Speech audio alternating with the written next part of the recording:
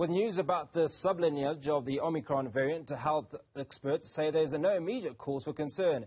New sublineages have been detected in the UK, Botswana and South Africa. The new Omicron variant has been less deadly than the Delta variant in the third wave, but health officials say new sublineages are parts of the evolution of viruses. Ahmed Kajee takes a look. According to data coming out of South Africa's health sector, there are suggestions that new sublineages may be causing an increased share of reported COVID-19 cases in the country, particularly in Gauteng and KwaZulu-Natal. The sublineages have been detected in South Africa, Botswana, Belgium, Germany, Denmark and the United Kingdom. However, CEO at Higher Health, Professor Ramnik Ahluwalia, says these sublineages shouldn't be a cause for panic. I wanted to clearly speak out that this is nothing of no high alert to South Africa.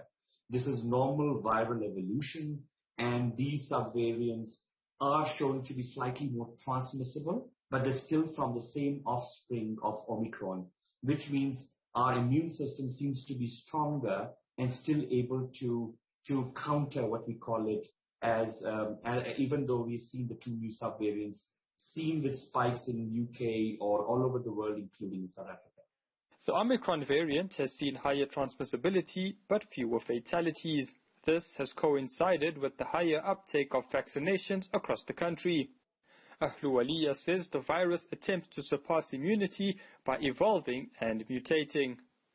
What happens is, what this virus is trying to continuously do is trying to change its shape and color all the time to develop into something which it enters our human body and is not recognized by our immune system so that it can escape, and that's how we see breakthrough infections. So it can escape our first line or second line, but we are very hopeful that our third line of defense, which is our memory defense, recognizes eventually this coronavirus and eventually takes over. Ahluwalia says the severity of a variant is based on its clinical patterns.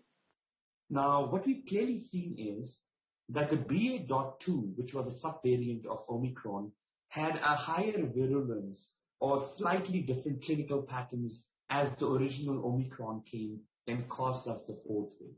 Similarly, we really saw that the Delta wave was the highest virulent wave that South Africa experienced, which means that variant clinical patterns were highly virulent comparatively even to the Omicron. So clearly what we have to watch is that these subvariants or the new variant, which definitely is going to cause us the fifth wave, is going to be a variant which will show more clinical patterns or whether it will be more virulent. Ahluwalia says non-pharmaceutical interventions such as the wearing of masks and social distancing are still important. Even with the new sublineage, Ahluwalia welcomed the lifting of the state of disaster.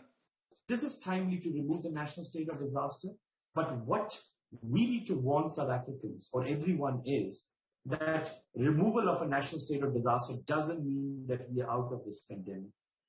COVID-19 is nowhere close to even becoming endemic, which is it will become like a seasonal flu or something. No, it still is a very dangerous virus.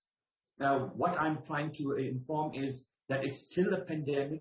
We do anticipate mutations. We do anticipate another wave coming in the winters, which means it still has the potential to take lives, human lives, still cause some severity of infections, but not comparative to what we saw in the first, second or third wave or the fourth wave.